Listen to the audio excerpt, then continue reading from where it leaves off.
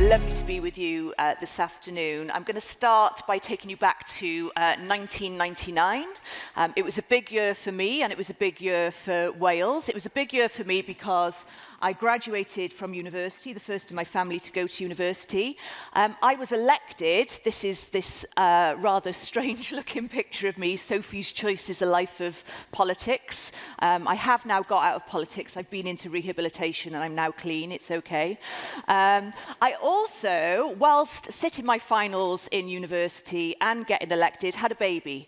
You can see the look of sheer terror on my face here with our firstborn. This is Morgan. But it was a big year for Wales because Wales, for the first time ever, gained devolved powers. So a new parliament, or assembly as it was called then, was established with this iconic building, a really progressive parliament, the first parliament in the country, in the UK, to be gender balanced.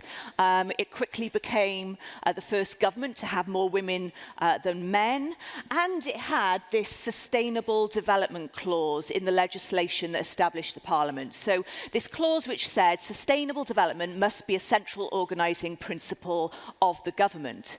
So fast forward to 2008, and after being in politics for a while, I landed my dream job. I'd always say that I'm a kind of frustrated champion, a disruptor, someone who wants to shake up the status quo. And my dream job was being in government, being able to change the big things. So I became an advisor to our First Minister.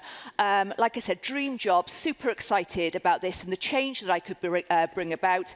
Instead, I ended up here. If the slides might move on.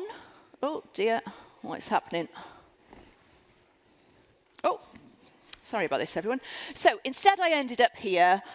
This is the Welsh Government buildings. I ended up in a pen in this kind of windowless office on the end of a phone call from the Environment Minister's department saying, the Environment Minister has got a report on stuff that the government has done on sustainable development being a central organising principle of the government. Can you tell us some stuff that we could put in the report?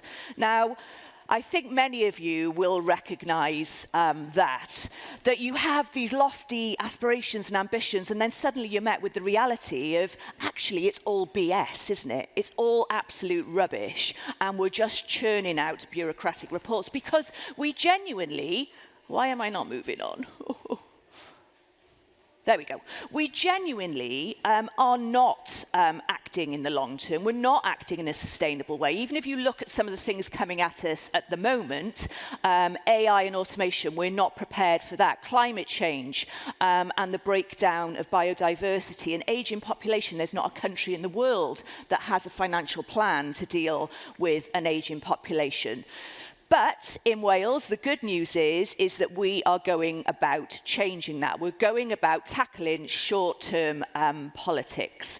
And we're doing that through something called the Wellbeing of Future Generations Act. So passed in 2015, this law does a number of things. So first of all, it sets out this overarching principle that all of our public institutions, so our government, right down to our municipalities and everything in between, must demonstrate how they are meeting today's needs without compromising the ability of future generations to meet their own needs. Now, the next thing it does is it sets out 7 long-term wellbeing goals. And this is basically a vision for the Wales that we want to leave behind to future generations. And the really exciting thing about this is that this was co-created with the citizens of Wales through a national conversation called the Wales We Want, where we pose the question, what is the Wales you want to leave behind to your children, your grandchildren, and future generations to come? And the people of Wales came up with these 7 wellbeing goals. At the same time, the UN SDGs were in development. We looked at what was happening at a global level. We looked at what what the people of Wales said, and there are these 7 interconnected wellbeing goals. Now, not set out in some aspirational manifesto or election commitment or some high-level policy document, which we spend a lot of time writing and the rest of the time ignoring, actually set out in law in Wales. And there's a few game changers about this. First of all, it sets a vision for the Wales that we want to leave behind. Now, you wouldn't think it was revolutionary for a country to have a long-term vision, would you? But it's completely revolutionary. There's no other country in the world that has a vision set out in law that spans beyond political cycles. So if you like, what this is doing is, and someone described this to me, it's like putting something into your sat-nav. So, well, sat-nav, if you're not a Generation Z or a Generation Alpha, they wouldn't know what I meant by saying sat-nav. They'd say Google Maps. But it's like putting an address into your Google Maps. Ultimately, your maps will take you off on a different route if there's congestion. It might give you alternative routes. It would give you a quick route, a short route, and so on. But ultimately, it's going to take you to where you're going. The problem is most countries have no idea where they're going. We don't have an address to put into our maps.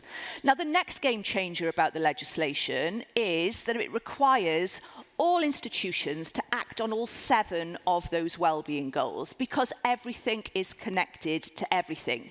And here what you can see from the World Health Organization is a look at what are the reasons for the differences in life expectancy.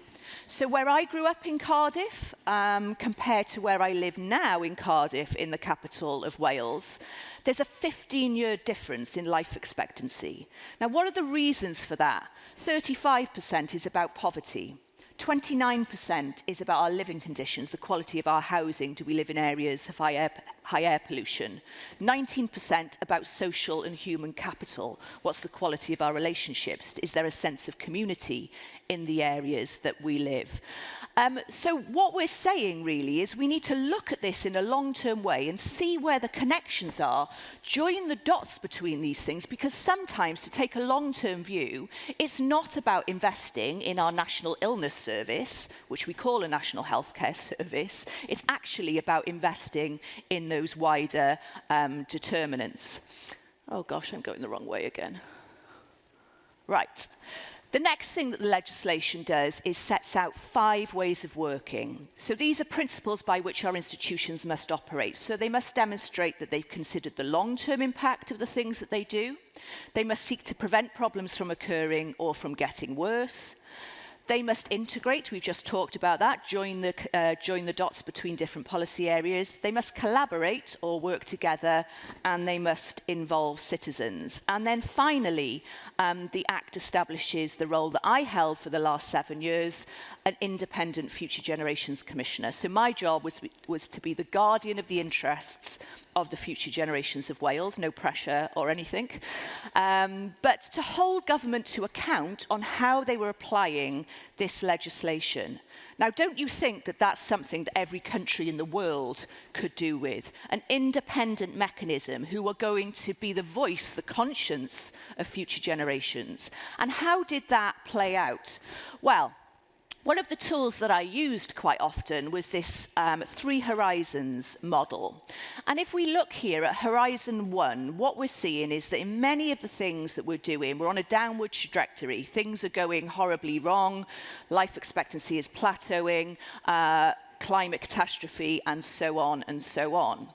Horizon 3 is where we want to be, and here's the trick in Wales, we know where we want to be. We want to achieve those 7 long-term wellbeing goals. Horizon 2, the bump in the middle, are basically the policies, the innovations, the new things that we need to do to get us towards that vision. And what you'll see here is that there's a Horizon 2 negative and a Horizon 2 positive.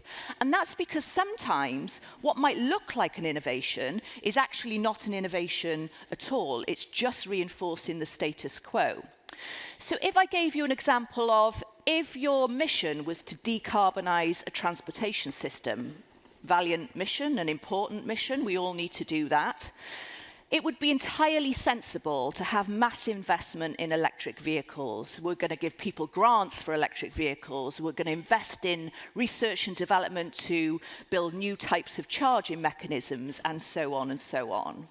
The problem with that, however, is that we're all still stuck in congestion in our electric vehicles, getting fatter and not talking to each other, rather than in our petrol vehicles. And actually, if you're from a poorer community and you couldn't afford a petrol car, you definitely can't afford an electric vehicle. So what that is doing is it's just reinforcing the status quo. It looks like progress, but it's taking us back. If we want to meet holistically our well-being goals, actually the answer is public transport, active travel. Making those sorts of investments will give you more bang for your well-being buck, if you like. And that's exactly how this started to play out in Wales.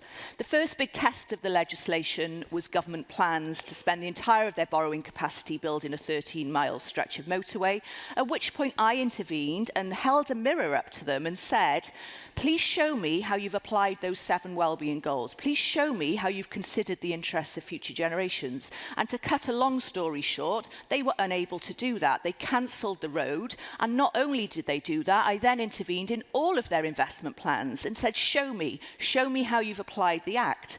And cut a long story short, they couldn't show me how they'd applied the Act. As a result of that, 51 of 55 pre-approved road building schemes in Wales have now been cancelled, and that money is being reinvested in public transport and active travel. Alongside that, we have reformed the curriculum in Wales. We have set a mission to be a zero-waste nation by 2050.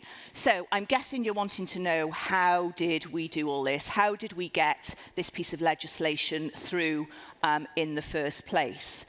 So this is a kind of snapshot, I guess, at how to. There are 3 key elements of bringing an intergenerationally fair system into place. So first of all, you have to build a movement with civil society, and you can't just be talking to yourselves. You have to build that movement big and wide. You have to be talking to the public health professionals who will see this as a public health act. You have to be talking to the environmentalists. You have to be talking to the people who are dealing with communities and equity and so on. You have to find political champions.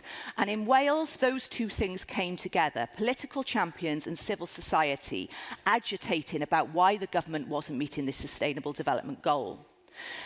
And the final part is that you need to have capacity and capability in the system. So you need to have your officials, your public servants, skilled in new ways to build in foresight and futures thinking into the way that they work. And then a critical thing, once you've built those things, is wait for a political moment.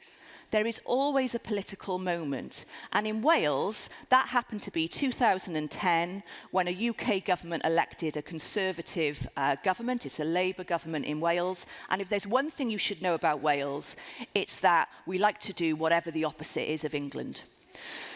So, and generally we're better at it as well. So that gave the political champions who had been agitating about sustainable development this opportunity, because the first thing the Conservative government did was to abolish the non-statutory Sustainable Development Commission in England. And the Environment Minister in Wales said, look at what those awful people in England are doing. Not only should we not abolish our non-statutory commission, but actually we should go further and put it on a statutory footing. And that is how the Act came about. It was a little bit stealthy. It was building the infrastructure originally, waiting for the opportunity to pounce, and whatever that opportunity might be, and it'll be different in every country, there is always that moment. Finally, just to leave you with what is now happening at a global level. Countries across the world are embedding intergenerational fairness, looking to model what Wales did, and even at a UN level, there is going to be a UN declaration for future generations in September of this year, and the appointment of a UN special envoy for future generations, the global equivalent of my role. So we are a country, a tiny nation of about 3.5 million people. If you ever think you're too small, look at the way that we are influencing on a global scale.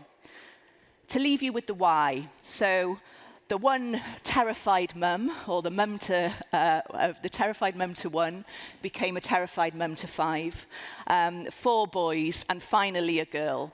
And here you can see her brother's views on how they're going to look after her.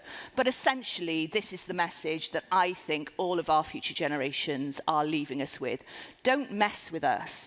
Don't give us platitudes about acting in our interests. Don't tell us that we are the next and most important generation if you're not going to act on that.